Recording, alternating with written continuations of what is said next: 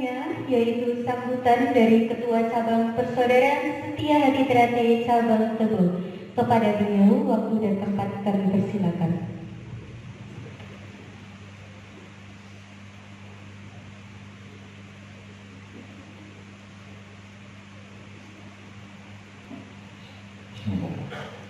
Assalamualaikum warahmatullahi wabarakatuh.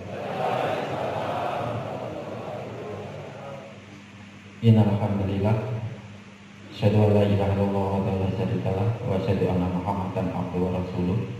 Amma ba'du. Yang saya hormati Kakak Mas Dewan Besar yang dalam hal ini yang hadir di tengah kita, yang pertama Pak Mas Rumah Setio, yang kedua Pak Mas Haji Herdi Purnomo SIP,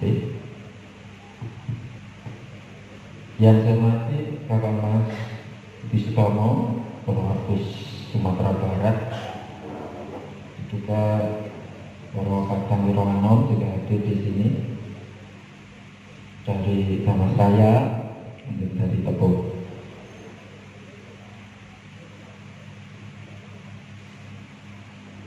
Saudara-saudara para warga yang hadir di padepokan ini, kemudian adik-adik calon warga siswa putih yang hadir di padepokan ini yang saya cintai dan saya banggakan. Pertama-tama puji syukur alhamdulillah kita panjatkan kehadirat Allah Subhanahu wa taala, Tuhan yang Maha Esa, atas limpahan rahmatnya kepada kita semua sehingga sore hari ini kita bisa berkumpul di padepokan kita pada acara sarasian bersama Dewan Pusat Persaudaraan Setia Hati Ternate Pusat Magir.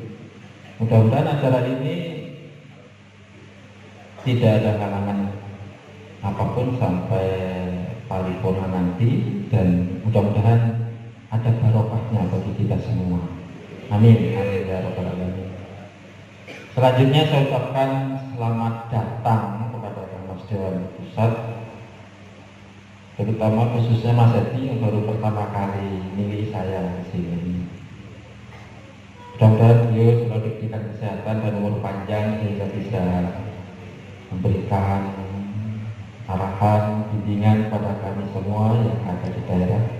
Mudah-mudahan desa Ternate tetap berkokoh jaya sepanjang masa. Saudara-saudaraku semuanya yang saya muliakan, yang saya hormati, pada hakikatnya beliau hadir di sini ini acara khususnya adalah refreshing Dewan Pengesah tahun 2023 yang akan dilaksanakan nanti malam di tempat ini. Itu Dewan Pengesah yang akan bertugas bulan Suro nanti, ya, seluruhnya para wiroanom yang ada di Provinsi Jambi dan Sumatera Barat, tambah 2 yang dari Sumatera Barat. Refreshing adalah untuk penyegaran kembali sebelum beliau bertugas untuk melaksanakan keceran nanti pada bulan Suro untuk adik-adik calon warga, ya, tinggal sebentar lagi. Nah, momen yang baik ini kita pakai, ya, kesempatan ini untuk kita ajak kepada padepokan kita berkumpul dengan saudara-saudara kita para calon warga yang terdekat di sini, ya. Jadi kita itu jangan sampai membuang waktu sia-sia. Itu ibaratnya gitu Mas, ya. Ada momen yang baik, maka sebuah berkah tersendiri bagi adik-adik, khususnya calon warga bisa ketemu Kang Mas Dewan Pusat. Mudah-mudahan nantinya bisa memberikan motivasi, arahan dan bimbingan sehingga bisa menjadi wong Isa yang sebenarnya. Sedikit sebelum saya serahkan penuhnya kepada Kang Mas untuk memberi arahan, izinkan kami juga memberi pesan untuk adik-adik calon warga. Juga sedikit saya sampaikan kepada Kang Mas berdua bahwa perjalanan Desa Ternate insya Allah tanggal 20 Juni besok cabang Tebo itu usianya 23 tahun cap. gampang ya. Tapi kalau kegiatannya sudah berapa 30 berapa ya? Tahun 88 kita sudah mulai kegiatannya. Dan insya Allah tahun ini Kabang Tebu mengesahkan warga barunya 500-an orang warga baru insya Allah tahun ini.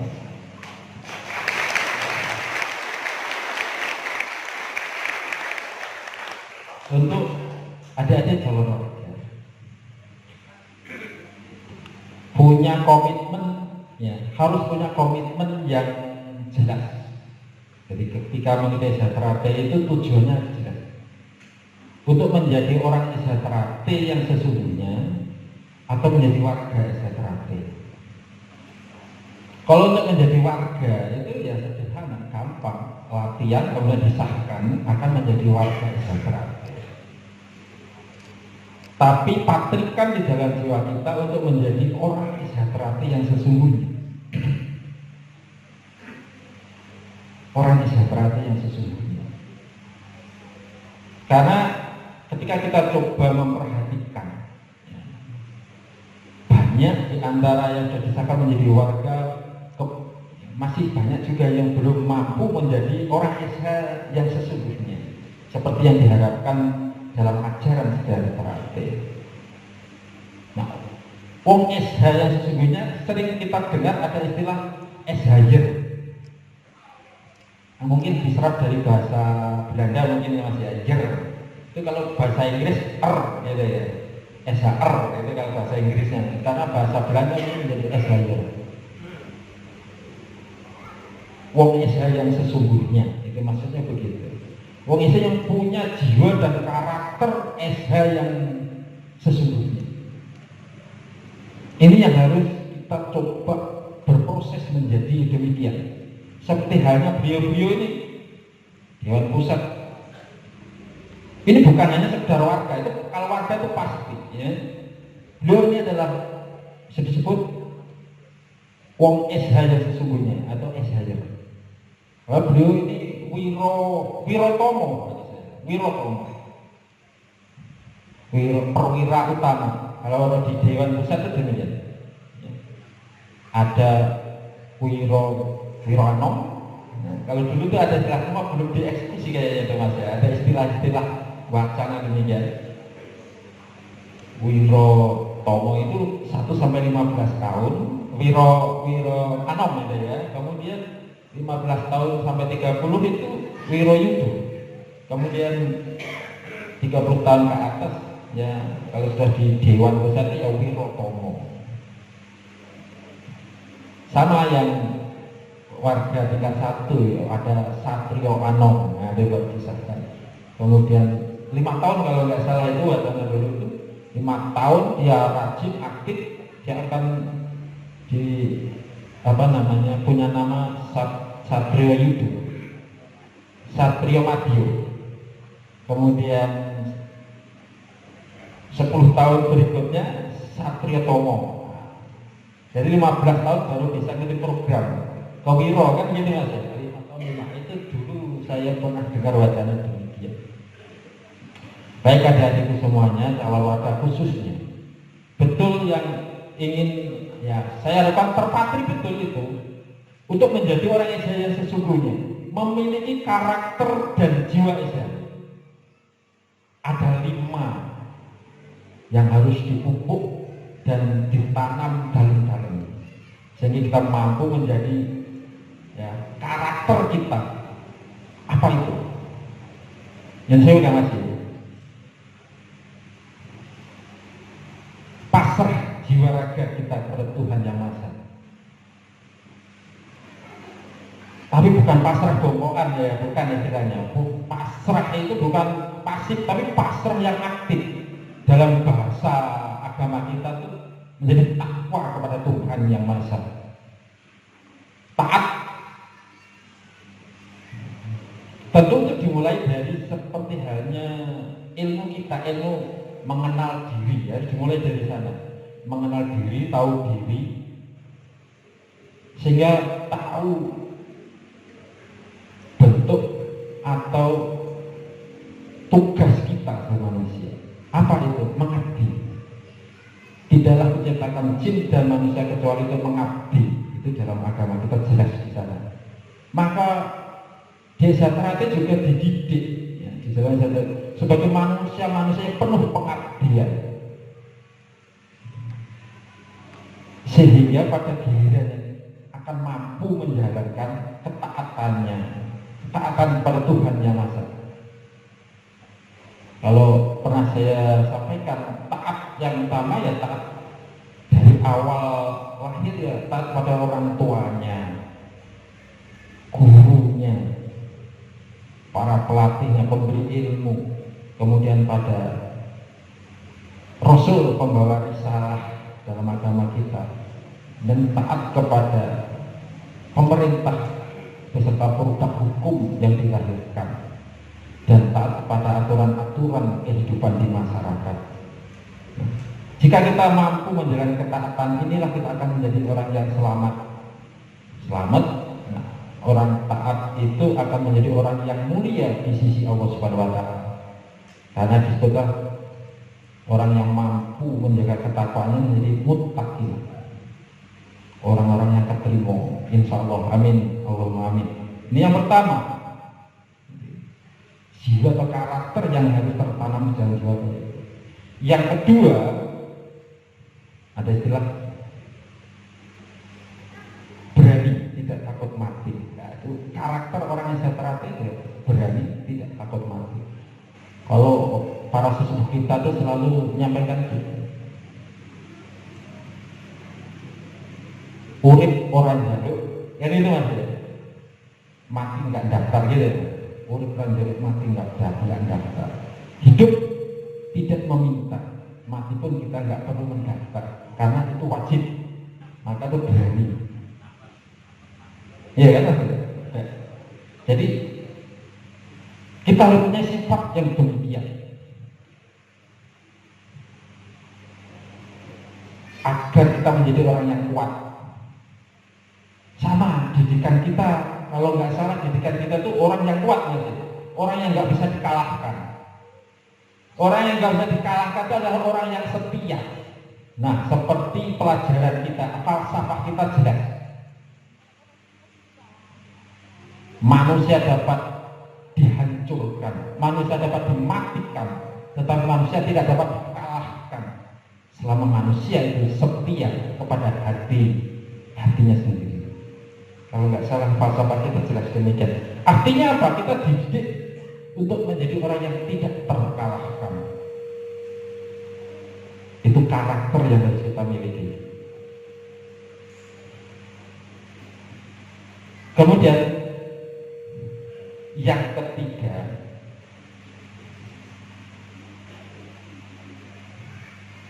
sederhana.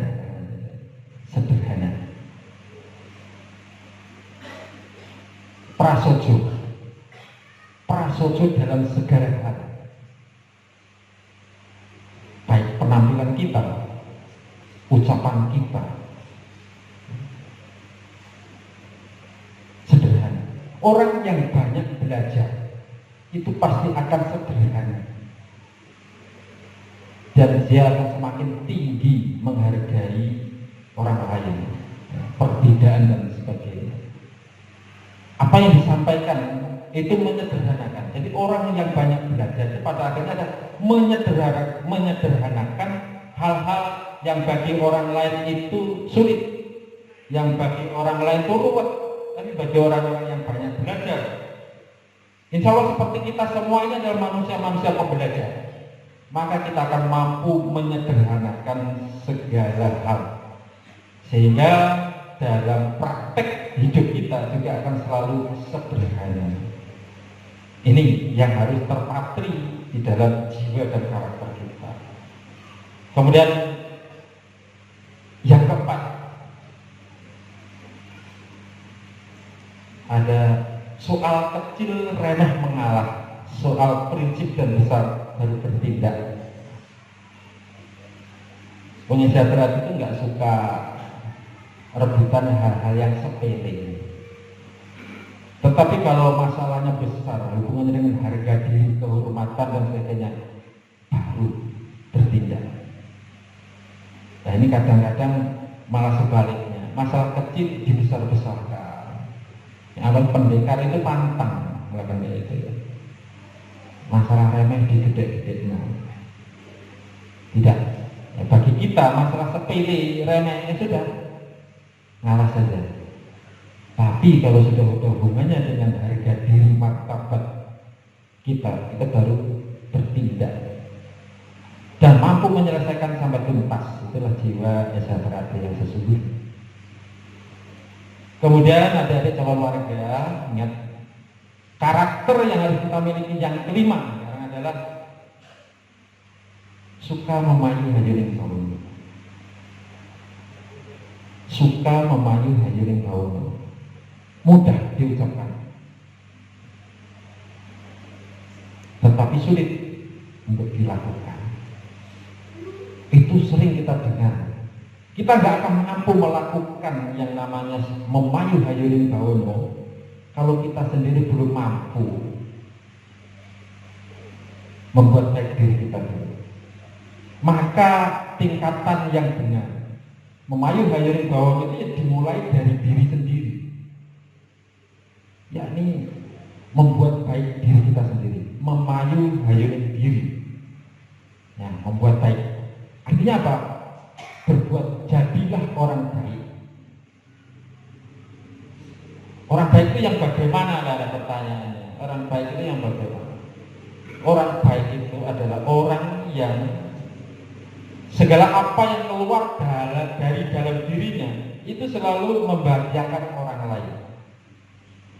Baik ucapannya maupun tindakan-tindakannya. Itu hasil akhirnya adalah membahagiakan orang lain. Jangan malah sebaliknya. Dari diri kita hasilnya adalah membuat orang lain menderita. Maka kita harus berani mengatakan pada diri kita, jangan takut berbuat baik. Padahal ini sederhana ya, sederhana. Berbuat baik itu kan. Bahkan di Esa Trate, hanya di Esa Trate ini ada ilmu yang kita dapat bahwa manusia itu bisa berdosa tanpa berbuat. Itu hanya di Esa Trate. Kok bisa tanpa berdosa? Contoh kecil yang harus kita lakukan. Kita tahu itu ada beling, tahu beling ya? Beling di jalan yang tepat. Tahu itu ada beling. Terus kita biarin ada orang lewat, kena dia, berdarah kakinya, ya, sampai darahnya mengalir, menganak sungai, itu dosa kita. Padahal kita bisa menyelamatkan seharusnya. Nah itu namanya, kalau tidak salah itu sebuah contoh, dan masih banyak contoh yang lain. Itu kita bisa berdosa tanpa berbuat apa-apa. Padahal mungkin kita membuang itu, kita bisa masuk surga. Kan begitu. Jadi jangan takut berbuat baik, walaupun itu sederhana dilihat orang, tetapi pahala yang besar di sisi Allah Subhanahu wa Ta'ala. Jadi harus berani memulai dari diri sendiri. Insya Allah kalau sudah dirinya baik, maka kita bisa membuat keluarga kita baik. Ini kadang-kadang ada yang sentimen, suaranya dibuat eko gitu. Pal.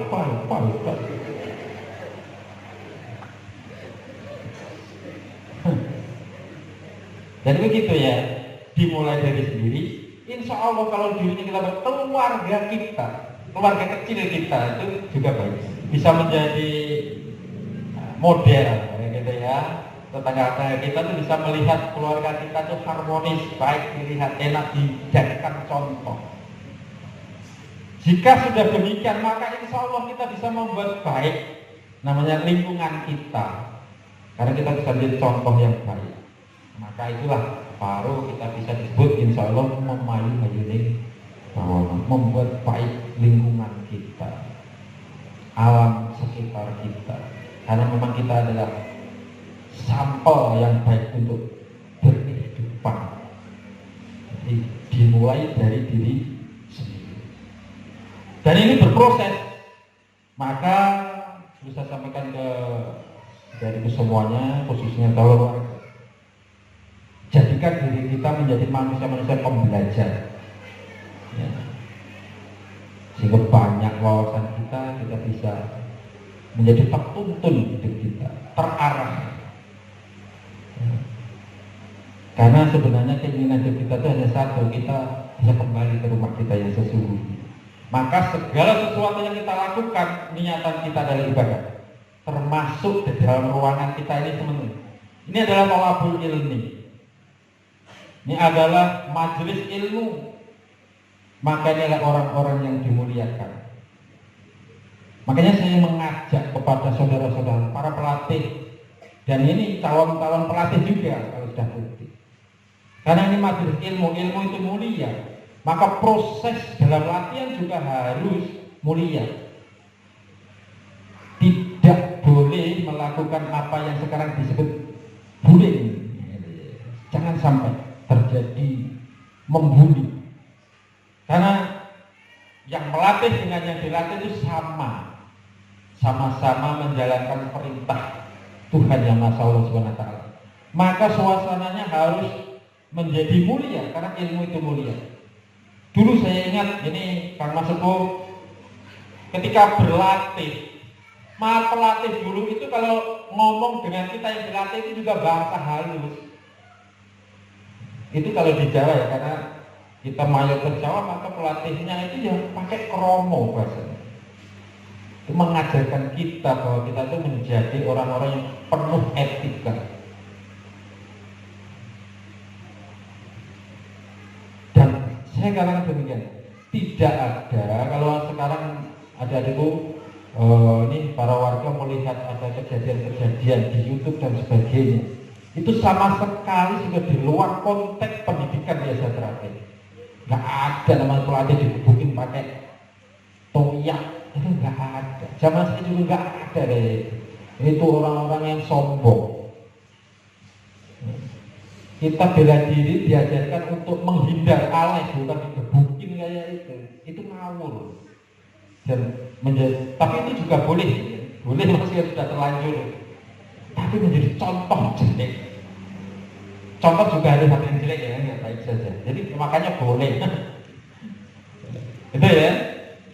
Tapi jangan sampai terjadi di kampung kita ya. Jadi latihan ya terhormat, dimuliakan. Tidak ada bully. Ini kalau warga, kalau besok pelatih juga demikian. Aku dulu dibully. Nah, jangan lakukan, kan sakit itu. Sakit hati.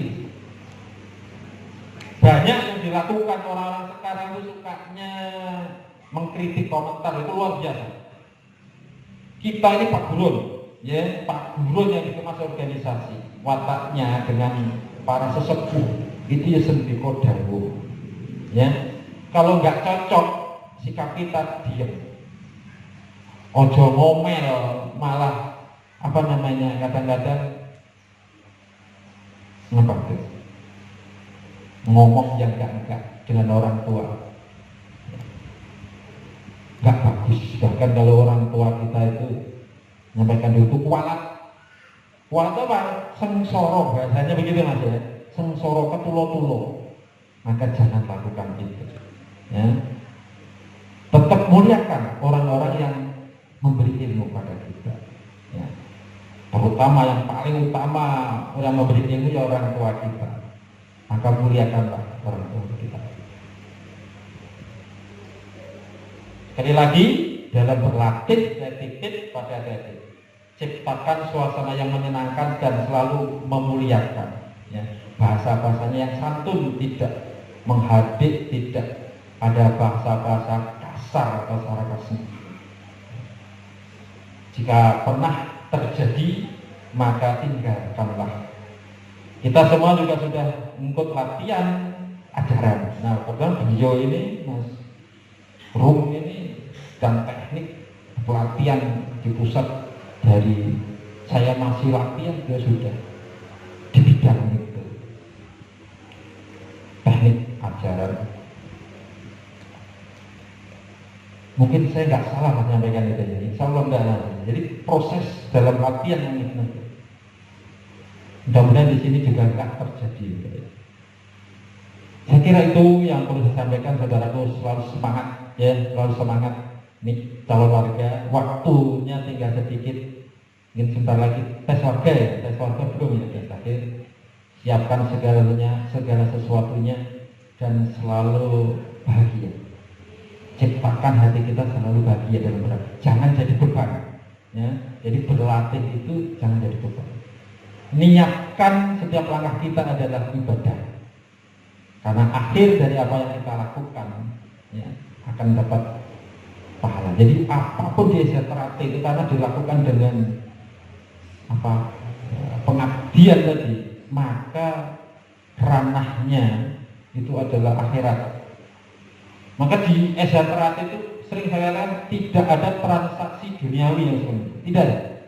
Yang ada adalah mahabban filah. Ada bentuknya adalah ikatan kasih sayang, paseduluran. Itu ada ikatan kasih sayang. Karena yang diajarkan di SHTRAT yang pertama kali adalah kasih sayang. Namanya saudara itu pasti dimulai dari situ, ya, kasih sayang. Maka kalau kasih sayang atau cinta tadi baru muncullah kesetiaan, setia. Urutannya demikian. Kalau sudah setia di dalam menjadi orang-orang yang taat. Taat, puncaknya orang taat yang menjadi orang yang punya akhlak yang mulia atau budi luhur, menjadi insya Allah insan kamil. Kalau di agama kita menjadi orang-orang yang muttaqin. Demikian yang dapat saya sampaikan. Mohon maaf saudara-saudara semua, kakak mas dan pusat, karena ini ada kamas maka sepenuhnya saya mohon arahan dan bimbingan pada kami semua, adik-adik kami, sehingga bisa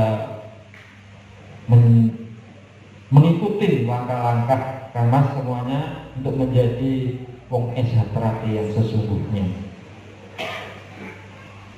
Untuk mengakhiri sambutan ini, mari kita tetap dan selalu berdoa dan bersembunyi.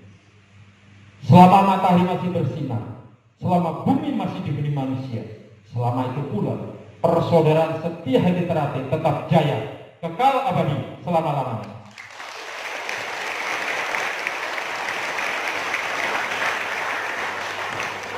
Terima kasih. Assalamualaikum warahmatullahi wabarakatuh.